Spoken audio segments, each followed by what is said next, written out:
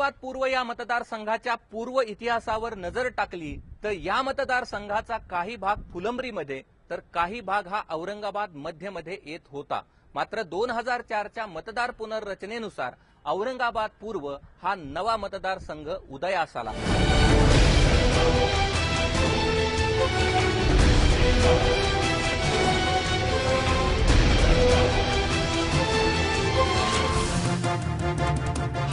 गेल्या 3 टर्मपासून या मतदारसंघामध्ये राजेंद्र दर्डा यांनी सहज बाजी मारली आहे। मतदारसंघात मुस्लिम बहुल भाग अधिक आहे। मुस्लिम मतदारांची संख्या जवळपास 35% आहे तर हिंदूंची 40%। त्यातही माहेश्वरी आणि मारवाडी समाजाची संख्या उल्लेखनीय आहे। मुस्लिम मतदार हा नेहमीच काँग्रेसच्या पाठी राहिल्यानं राजेंद्र दर्डा यांना इथे सहज विजय मिळवता आलाय। आणि मी कुठेही मतांबद्दल काही बोललेलो नाहीये। याचं कारण आहे माझा विश्वास आहे काम करणाऱ्या माणसाला निश्चितपणे लोक सपोर्ट करतात, ते त्याच्या बाजूने उभे राहतात। मराठवाडा हा सेना बीजेपीचा बालेकिल्ला आणि औरंगाबाद ही मराठवाड्याची राजधानी। औरंगाबाद शहरामध्ये असलेल्या 3 मतदारसंघापैकी सेनेच्या वाटेला जे 2 मतदारसंघ आलेत त्यामध्ये सेनेला यश मिळवता आलं।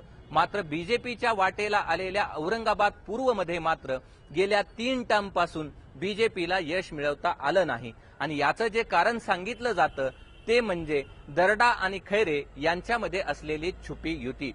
याही निवडणुकीत बीजेपीकडून लढण्यासाठी अनेक जण इच्छुक आहेत। मात्र यामध्ये भाजपाचे सरचिटणीस अतुल सावे यांचं पारडं जड म्हटलं जातं।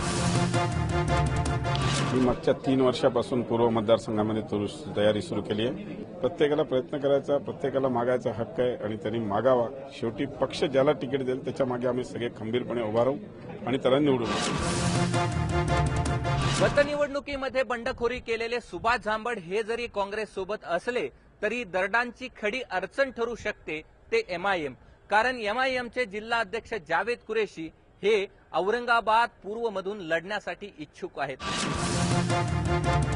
पूर्व मतदार संघ 15 साल से यहाँ राजेंद्र दर्डा को लोग चुन के दे रहे हैं, लेकिन 15 साल से हम देख रहे हैं कि मुसलमानों की सूरत हाल में कोई तब्दीली नहीं आई और इसलिए मजलिस इत्तेहादुल मुस्लिमीन जहां मुसलमानों की तादाद जहां पर ज्यादा है, जहां मुसलमान 40% से ऊपर जो है अपनी आबादी रखते हैं, वहां से मजलिस इत्तेहादुल मुस्लिमीन और अपने उम्मीदवार खड़े करेंगी।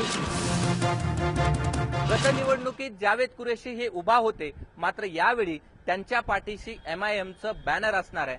त्यामुळे मुस्लिम तरुण मतदार जो आहे तो एमआयएमच्या पाठीशी राहण्याची शक्यता अभ्यासक व्यक्त करतायत। त्यामुळे एमआयएमची मतं भरून काढणं हे दर्डांसमोर खरं आव्हान असणार आहे। त्यातच या ठिकाणी भाकपचे भालचंद्र कांगो हेही निवडणूक लढवण्यासाठी इच्छुक आहेत आणि उत्तम सिंग पवार हेही नाराज असल्यानं त्यांची ही मतं दर्डांना मिळवणं कठीण होण्याची शक्यता आहे। शालेय शिक्षण मंत्री राजेंद्र दर्डा यांच्या मतदारसंघामध्ये यावेळी नेमकी कुठली गणितं असणार आहेत हे जाणून घेण्यासाठी माझ्यासोबत औरंगाबादेतले नामांकित पत्रकार आहेत। सर, मला सांगा की कसं आव्हान असेल राजेंद्र दर्डांसमोर आणि काय होईल यावेळेस असं वाटतं तुम्हाला? आत्ताच संपलेल्या लोकसभा निवडणुकीमध्ये काँग्रेसला जी आघाडी मिळाली औरंगाबाद पूर्वमध्ये ती निसटती आघाडी आहे आणि मला असं वाटतं हीच राजेंद्र दर्डा यांच्यासाठी धोक्याची घंटा आहे। आणि दुसरं असं की तिथं आता काँग्रेस अंतर्गतच एक बंडाळी तिथं होणार आहे आणि माजी खासदार उत्तमसिंग पवार यांनी तशी उमेदवारी त्यांची जाहीर केलेली आहे। आणि प्लस गेल्या विधानसभा निवडणुकीत याच मतदारसंघामध्ये जावेद कुरेशी हे अपक्ष म्हणून त्या ठिकाणी उभे होते आणि यंदा ते एमआयएम मध्ये आहेत। बरोबर। आणि एमआयएम मोठ्या ताकदीनिशी या विधानसभा निवडणुकीमध्ये मराठवाड्यात उतरणार आहे आणि जिथं मुस्लिम बहुल मतदार आहेत अशा मतदारसंघामध्ये ते आपलं लक्ष केंद्रित करणार आहेत। त्यामुळं जावेद कुरेशी, उत्तमसिंग पवार यांना किती मतदान मिळतं यावरच राजेंद्र दर्डा यांचं यश अवलंबून असणार आहे। आणि एमआयएम मला असं वाटतं की आपली मतपेढी जी आहे ती कॉन्सन्ट्रेट करण्यामध्ये यावेळेस लक्ष दिलं असं वाटतं। तसं जर पाहिलं तर काँग्रेसच्या पाठीशी नेहमीच मुस्लिम मतदार जो आहे तो उभा राहिलेला आहे। तर कुठली मतं असतील जी एमआयएमच्या पाठीशी उभा राहतील आणि का त्याचा दरडांना फटका बसू शकतो? नाही, एमआयएमच्या पाठीमागे मुस्लिम मतदारच असतील, कारण त्याच पद्धतीची त्याची जडणघडण असेल.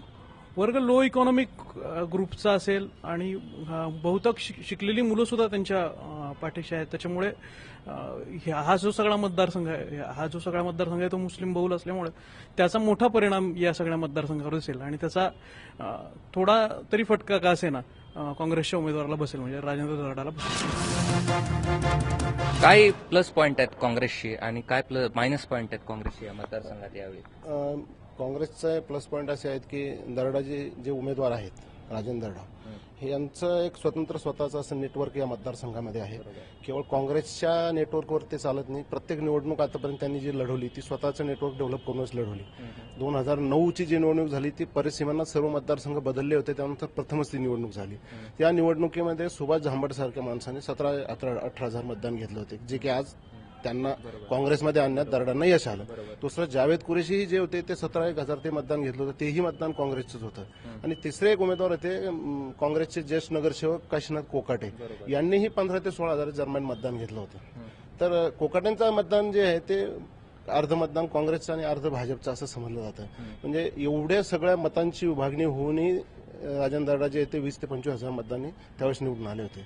यावेळेस विरोधी पक्षाला हे करावं लागणार आहे की हे जे काही काँग्रेसचं मतदान आहे किंवा सेक्युलर मतदान जे ते म्हणतात त्यामध्ये जर योग्य त्यांना जर फूट घडवून आणता आली तर ते विरोधी पक्ष इथं भाजप यशस्वी होईल. ज्या समस्या होत्या 2006 मध्ये सिडकोसारखे जे वसाहत आहे, कामगार वसाहत मोठ्या प्रमाणात, तिचं लीज होल्डचं फ्री होल्ड करण्यास त्यांनी मोठ्या प्रमाणात आश्वासन दिले.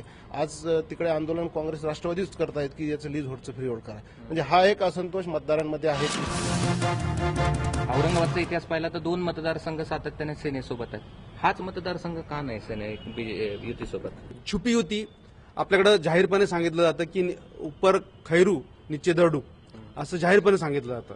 म्हणजे लोकसभा निवडणुकीमध्ये दरडा आपलं खैरे आणि विधानसभा निवडणुकीमध्ये दरडा, आणि हे जे गणित आहे ह्या गणितावरच तिथली निवडणूक लढवली जाते आणि त्या गणितावरच राजेंद्र दरडा निवडून येतात.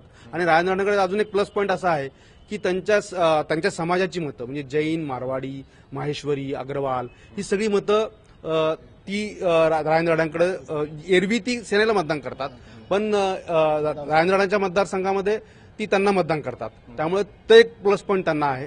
आणि दुसरं असं की आता सतीश यांनी सांगितलं की त्यांचा एक आपला स्वतःचा एक वर्ग आहे की तो स्वतःचा फॉलोअर्स आहे त्यांचा, तर त्याला आम्ही दरडा काँग्रेस म्हणतो. म्हणजे काँग्रेसच्या व्यतिरिक्त जर जे काम करतात की दरडांबरोबर जे फिरतात ते मूळ काँग्रेसचे नाही आहेत, पण ते दरडाचे रॉयल आहेत. त्यामुळे दरडा काँग्रेस हा सुद्धा एक प्लस पॉईंट त्यांच्यासाठी. काय होईल हे सगळं पाहण्यासाठी आपल्याला विधानसभेच्या निकालाची वाट बघावी लागेल. मात्र सध्याची ही सगळी मतदारसंघाची गणितं जी आहेत ती आपल्याला सध्या पाहायला मिळतात.